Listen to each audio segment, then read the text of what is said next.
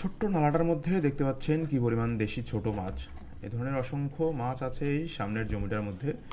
সেই মাছগুলি ধরার উদ্দেশ্যে এই জায়গাটায় পানি সেচ দেওয়া হচ্ছে। কিছুক্ষণের মধ্যেই দেখানোর চেষ্টা করব কি পরিমাণ মাছ ধরা পড়ে এই জায়গাটায়। অবশ্যই দেখতে থাকুন ভিডিওটি শেষ পর্যন্ত। কত সুন্দর দেশি ছোট মাছ ধরা পড়ে কতগুলো এই জায়গাটার মধ্যে।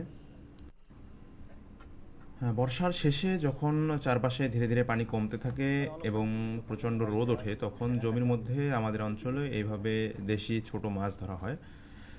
দেখতেই পাচ্ছেন কত সুন্দর তাজা দেশি ছোট মাছ চলাচল করছে জমির মধ্যে। সেই মাছগুলি ধরা হচ্ছে সামনেই, সেটি দেখানোর চেষ্টা করব আপনাদের। কতগুলি মাছ ধরা পড়ে আজকে ছোট মাছ এই জায়গাটায়। অবশ্যই দেখতে থাকুন ভিডিওটি শেষ পর্যন্ত। আর গ্রামের মধ্যে এইভাবে মাছ ধরা দেখতে কার কার ভালো লাগে অবশ্যই কমেন্ট করে জানাবেন। আর এ ধরনের গ্রামের কে কে মাছ ধরেছেন সেটিও কমেন্টে জানাতে ভুলবেন না। দেখতে পাচ্ছেন খুব সুন্দর তাজা ছোট মাছ দৌড়াদৌড়ি করছে জমির মধ্যে। পুরো জমিটার মধ্যে এই ধরনের অসংখ্য মাছ আছে।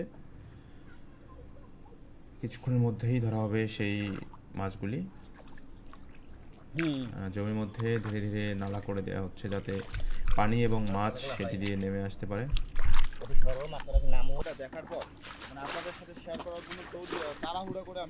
দেখতে পাচ্ছেন জালের মধ্যে কতগুলি মাছ উঠে আসছে, কিছুক্ষণের মধ্যেই সেগুলি ধরা হবে।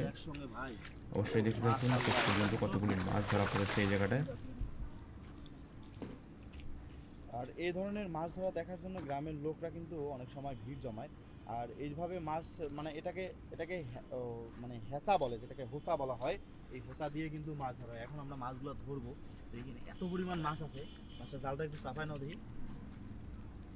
মাশাআল্লাহ, আলহামদুলিল্লাহ। যাক, একসঙ্গে কতগুলা মাছ, কমপক্ষে হলো এক কেজি তো হবেই না? 1 কেজি প্লাস হবে।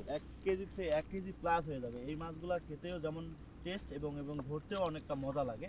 তো কেমন লাগতেছে আজকের এই মাছ ধরার ভিডিও এবং আজকের এই মাছগুলো দেখে আপনাদের কাছে কেমন লাগতেছে অবশ্যই একটু কমেন্ট বক্সে কমেন্ট করে জানাবেন।